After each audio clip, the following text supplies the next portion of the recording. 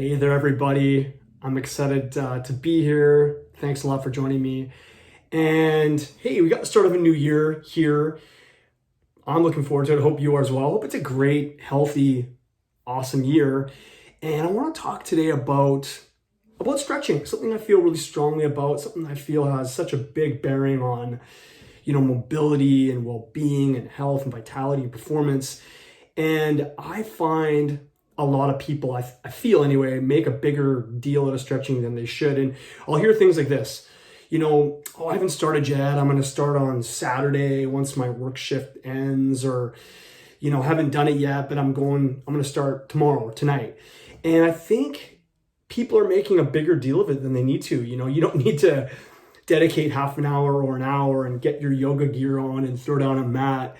Honestly, this is something you can do right in the middle of your day for 10, 20 seconds at a time. You might be at your workstation, standing up, sitting down, you're on the field, you're in the gym.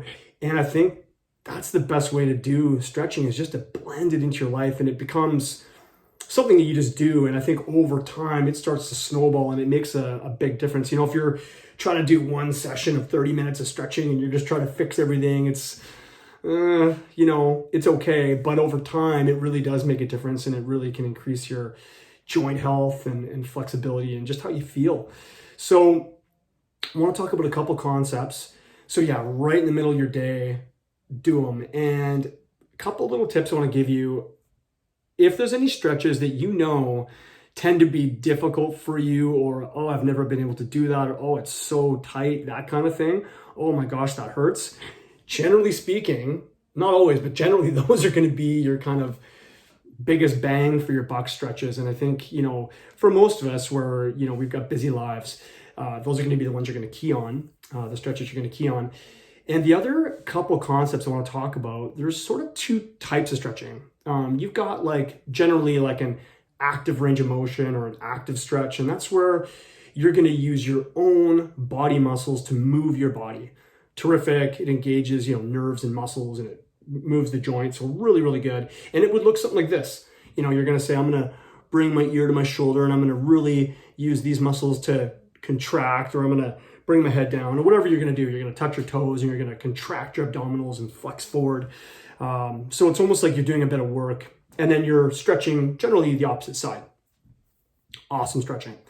Now, if you do that stretch and you go, oh man, that's awfully tight, my goodness, then you can do what's called a passive stretch, or a passive range of motion. And that's where you would, essentially use, a lever of some sort. And oftentimes you'll use a body part, like you'll take your head and give it an extra push, and you should be able to get a little more range of motion. And if I was using the example of touching my toes, for instance, if you're standing, you could bend down and then reach behind your legs or behind your knees, or grab your ankles and then sort of pull yourself further down. Some people will use towels or what have you, apparatuses, but both passive and active are good. The last one I mentioned, passive, is generally better for joint capsules and ligaments. And so I think that goes for every joint in the body. Active, passive stretching is really, really important. Another thing too that people will say, they'll say, oh geez, I'm hearing grinding or cracking sounds coming, and that's fine. Okay. I mean, yeah, it's probably a sign that there's maybe a bit of arthritis in the joint. Nothing to be worried about. As long as you manage your joint health, that type of stuff actually should improve. So yeah, so if you hear cracking, grinding, popping, generally it's, I would continue with the stretch and go through it. So anyway, last thing I want to talk about, rule of thumb. If you're feeling good, I still think it's really good to stretch. Remember that mentality of sort of regular maintenance is, over time, probably, if you're looking more for vitality and health and performance, it is superior for sure. So even if you're feeling good, stretch for a little bit, maybe just once a day. And now, if you're sore, you've been in the garden, you're like, oh my gosh, I've been lifting funny, my back's sore. I helped someone move, and oh my goodness, I haven't done that in a while, or whatever. You've been sitting too much, whatever the case may be. You can stretch more, and by all means, stretch multiple times a day.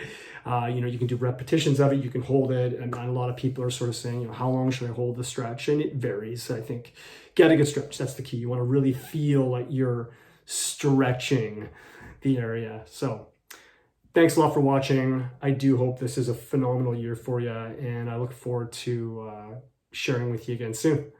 Take care.